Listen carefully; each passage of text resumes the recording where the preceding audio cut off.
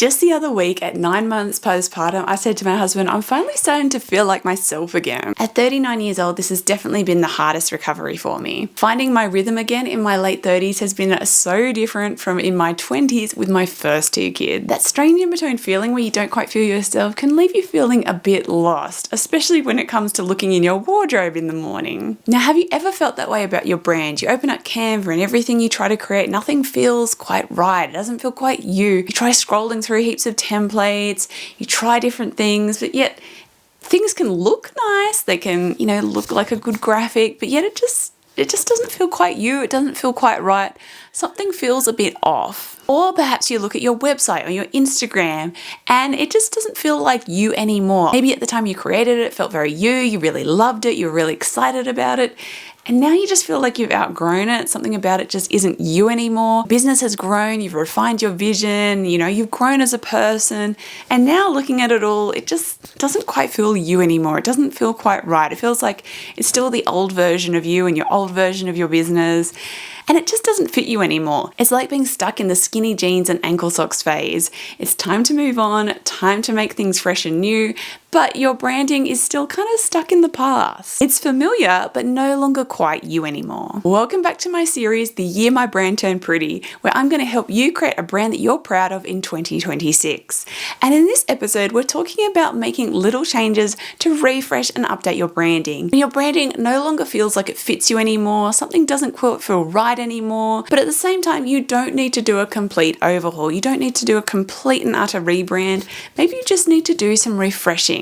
So we're going to talk about ways that you can freshen up your brand, make it feel more like you in the current situation right now without having to start completely from scratch. Now, updating your branding to match where your business is at right now is not about trying to chase the latest trends. It's not about, my brand is sort of in the past trends. I need to catch up with the current trends. We are not trend chasing. And you may not need to completely overhaul things either. Unless things are really, really off, you may just need to make some small changes to refresh things and bring them up to date. It's really about bringing that alignment back, making sure that your visuals match the current vision of your brand, that everything lines up, that you haven't got visuals that speak to a different vision to where you're currently at right now, making sure that those visuals communicate the right message and it all lines up again. Because you want your brand to leave you beaming with confidence, where it just feels like you. Because when it feels like you, when you're proud of your branding, you're going to show up more and serve your audience better. You're not going to be hiding, you're not going to be worrying, this isn't quite right and I need to fix this and that.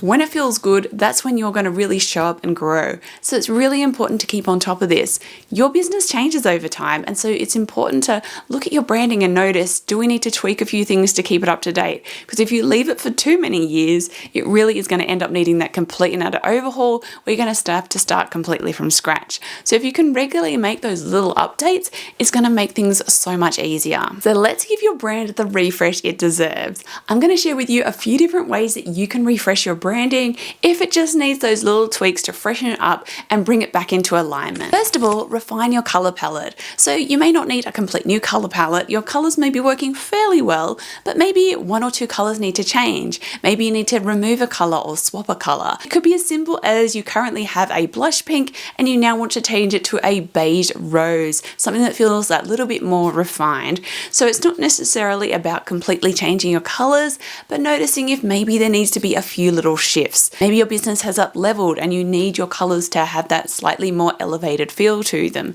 Maybe your messaging and the feeling you want to convey has changed slightly and you need to shift some of the colors to convey that. So it's really about thinking, what has actually changed here and how do my colors need to shift in order to send that right message, to create that right feeling I want to create. Now the same with your fonts. Again, you want to think about your brand positioning. Where are you at right now and do your fonts align? Maybe you had fonts that were very playful and you've got more serious and so you need to slightly change them.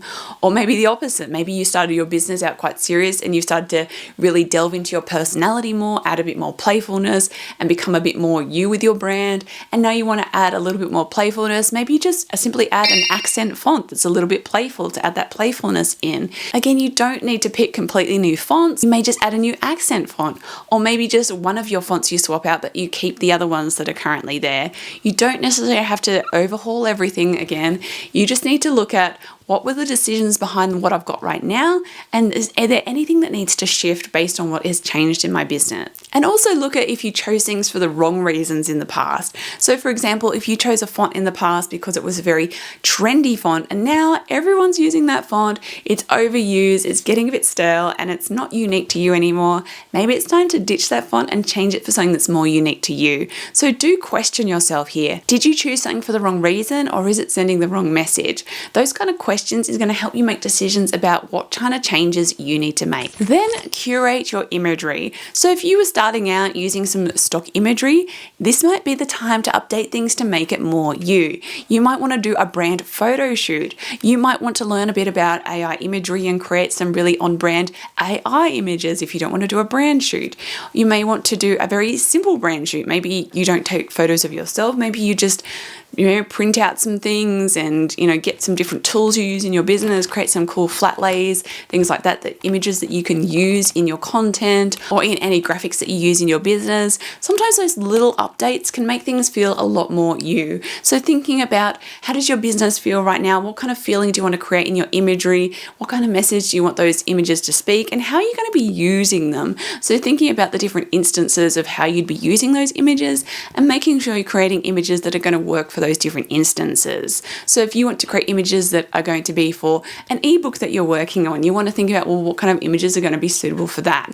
And creating something that really aligns with your brand vision and vibe. Then you're not relying just on stock images, you're starting to inject some personality into it, creating something that's unique to you. And this doesn't have to be an expensive venture. As I said, you could try and look into doing AI images, or you could just do something very simple where you get your phone, you just, print off a few things, look around your office for different tools you use, lay them out really beautifully and take some photos on your phone. It doesn't have to be complicated, but it's just about doing something that's unique to you, that injects a bit more of yourself into your brand. And if you want to learn a little bit more about doing your own brand photo shoot, I do have a video on that. You can go check that out where I go through how I've done this in the past, and I definitely haven't spent lots of money on it. I've kept it very simple, but I've been able to create my own stock images that are unique to me. Then there's layouts. Now you may have been using on repeat the same kind of templates over and over again, or maybe you just keep falling back on the same kind of layout design you do all the time.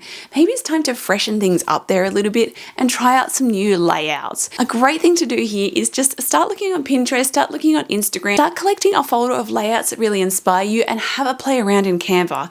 Just experiment with it. Don't sort of feel like you have to get it right the first time. Experiment with some new types of layouts, new ways of, laying out your graphics, making sure to keep it on brand, but just so that it freshens things up. It starts to feel fresh and different, and it's not going to feel stale like it's the same old graphics all the time. It's going to inject some newness and personality in. So just taking the time to do some visual research, experiment, try out some new things, you'll end up finding some new styles that just feel fresh and give some new life to your branding. And you can keep the ones that you love the most and reuse them as templates for a while so that you don't have to keep making fresh ones over and over, but it's going to give you that little confidence boost in feeling like things are feeling a bit more fun and fresh again. So if you want to step into 2026 with a brand that you are proud to share, something that feels like you, something that spurs you on and gets you excited to show up and serve your audience, then make sure you continue watching this series, The Year My Brand Turned Pretty.